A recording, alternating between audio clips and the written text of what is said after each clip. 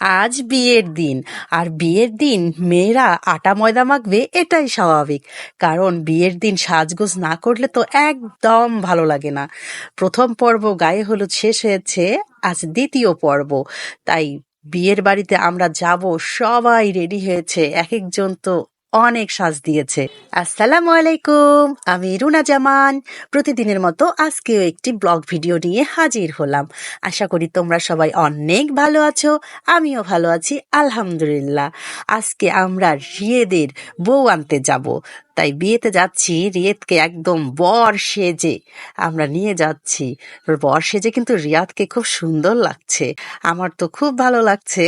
যাই হোক, আমাদের মেইন রোডের সঙ্গেই বাসা, তাই গাড়িগুলো মানে সিরিয়াল করতে একটু সমস্যা হচ্ছিল। তাই সাইডেও এই রাস্তায়, এটা হচ্ছে আমাদের টেকনিক্যাল মোড়ের রাস্তা, এই রাস্তা একটু ফাঁকা ছিল, তাই ওখানে সব গাড়িগুলো সিরিয়াল করেছে। আর আমরা এক এক করে গাড়িতে উঠে চলে আসলাম বিয়ের বাড়িতে। বিয়ের বাড়িতে তো গেট ধরবেই, গেটে একদম সেই একটু মজা হলো আর কি। বিয়েতে আসলে গেটের মধ্যে ঝগড়াঝাটি না হলে কিন্তু ভালো লাগে না, দুই পক্ষ থেকে একটু কথা কাটাকাটি হবে, এটাই মজা। যাই হোক, এরা আমাকে আদর করে কেন জানি মিষ্টি খাওয়াই দিচ্ছে। আমি বুঝলাম না, এদের ঘটকালি কি আমাকেই করতে হবে নাকি? এরা এই জন্য মনে হয় আমাকে হাত করছে যে আপু আপু মিষ্টি খাও বলে, আমাকে মিষ্টি খাওয়াই দিচ্ছে, কেউ ফুপি কেউ আপু। যাই হোক, আমি মিষ্টি খেয়ে বললাম ঠিক আছে, সমস্যা নাই, তোমাদের বিয়ের ঘটকালি আমি করব। তারপর তো বর সিংহাসনে বসলো, আর বরের আশেপাশে তো সব সিপাহীরা রেডি। মানে আমার সব ভাগ্নি জামাই, ভাস্তি জামাই, তারপর হচ্ছে আমার ভাগনা, ভাইস্তা, সবগুলো একদম ফটোশুট করছে। চারিদিকে এখন শুধু ছবি, কে কোথায় কত ছবি তুলতে পারে, সবাই ছবি তোলাতুলি করছে। আর আমি তো আমার ভিডিও নিয়ে ব্যস্ত, সবাইকে ক্যামেরা বন্দি করছি। কারণ সবাইকে আমার ক্যামেরায় একটু একটু করে ধরে রাখতে না পারলে আমার নিজেরও ভালো লাগবে না। যাই হোক, তোমরা যারা এই ক্যামেরার মধ্যে আছো তারা কিন্তু অবশ্যই, মানে এই ভিডিওর মধ্যে আর কি, তোমরা যারা আছো তারা কিন্তু অবশ্যই আমার ভিডিওটি শেয়ার করবে, না হলে কিন্তু আমি খুব মন খারাপ করব। আর এদিকে আমার 3 ভাগ্নি জামাই, মানে এরা আমাদের খাওয়া কিন্তু শেষ অলরেডি, আর এরা খাওয়া শেষ করছেই না, খেতেই আছে খেতেই আছে। আমি এই যে আমার আরেকটা ভাগ্নি জামাই, ওকেও বললাম যাও তুমিও ওখানে বসে যাও। ও বলল না না, আমি আর খাবো না, আমার খাওয়া শেষ। তারপর হচ্ছে বরের খাওয়া দাওয়া, বরের তো বিশাল প্লেট রেডি। আমি তো ক্ষুধার জ্বালায় আগেই খেয়ে ফেলেছি, তোমরা এর আগের মানে শর্ট ভিডিওতে দেখেছো যে আমি ক্ষুধা লাগছে বলে চিল্লাচ্ছি। আমার খাওয়া শেষ, খেয়ে দিয়ে আমি আবার এখানে এসে বসলাম এদেরকে একটু ভিডিও করার জন্য। তারপর এই যে বরের প্লেটটা দেখো তোমরা কিভাবে, কেমন সাজা হয়েছে, তোমরা কিন্তু অবশ্যই কমেন্ট করে জানাবে প্লেটটা কেমন লাগছে। তবে ডিমগুলো একটু সুন্দরভাবে দিলে আরো বেশি ভালো লাগতো, একসঙ্গে ডিমগুলো দিয়েছে। যাক, যার যেমন ইচ্ছা সে সেভাবেই সাজায়। এরা তো খাওয়া শুরু করলো, এরা তো সবগুলো খেতে পারবে না। তারপর আমার আরো যে ভাগনা ভাইস্তারা আছে, তাদেরকে আবার আলাদা আলাদা প্লেটে উঠাই উঠাই দিবে। কারণ সবাই আসলে প্রথমেই খেয়ে ফেলেছে, তারপর এরা বসেছে, তো এই জন্য এই খাবারগুলো আসলে কেউ শেষ করতে পারছিল না। এ হচ্ছে রুহি, আমার ভাগ্নি।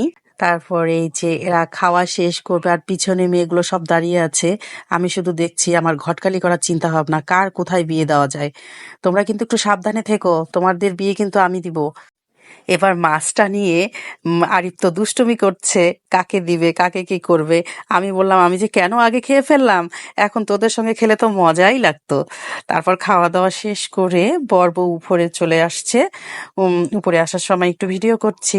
বর বউকে কেমন লাগছে তোমরা বলো তো। তোমরা কিন্তু এই বর বউয়ের জন্য অবশ্যই অনেক দোয়া করবে, ওরা যেন সুখে থাকে, ভালো থাকে। আমাদের বৌমার নাম কিন্তু রিপ্তি। রিপ্তি তো লেহেঙ্গা সামলাতেই পাচ্ছে না, মানে ওর ওয়েটের চেয়ে লেহেঙ্গার ওয়েট বেশি হয়ে গিয়েছে।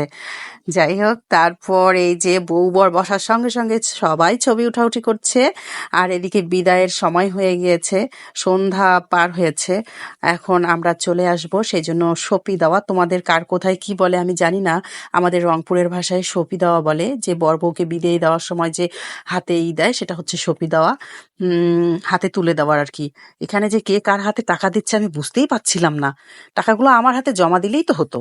যাই হোক, বিদায়ের সময় এই যে এখন কান্নাকাটি পর্ব চলবে।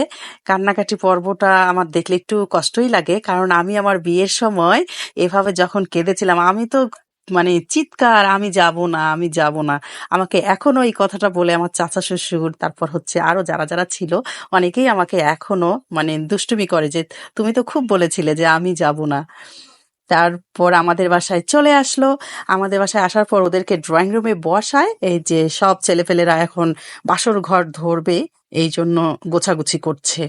তখন সকালে আসলে যাওয়ার সময় এত ঠিকঠাক করার সময় হয়নি, ওরা এসে গেট লাগাই দিয়েছে যে এটা ঠিকঠাক করে তারপর হচ্ছে বর বউকে ভিতরে প্রবেশ করাবে। বাসর ঘরটা দেখো কিভাবে সাজিয়েছে, কেমন হয়েছে? তোমরা কিন্তু সবগুলো একটু একটু করে কমেন্টস করে আমাকে জানাবে কেমন হয়েছে। ছেলেপেলেরা অনেক সুন্দর করে সাজিয়েছে কিন্তু, মানে আমাদের বাচ্চা কাচ্চারা। তারপর গেট ধরেছে, গেটে যে আবদার করেছিল সেটা দিয়েছে, দেওয়ার পর ওদেরকে ভিতরে প্রবেশ করানো হলো। বড় বউ নিজের রুমে ঢুকলো। দেখে খুবই ভালো লাগছিল। আর এরা যাওয়ার মানে বিছানায় উঠার যে জায়গাটা করেছে খুব সুন্দর লেগেছে আমার কাছে। তোমরা সবাই এই নবদম্পতির জন্য দোয়া করবে, আর হচ্ছে আমাকে যেভাবে ভালোবাসা দিয়ে যাচ্ছ এভাবেই একটু একটু করে ভালোবাসা দিয়ে যাবে। আর সবাই আমার ভিডিওটা শেয়ার করবে, কারণ তোমাদের ভালোবাসা আমার অনেক প্রয়োজন।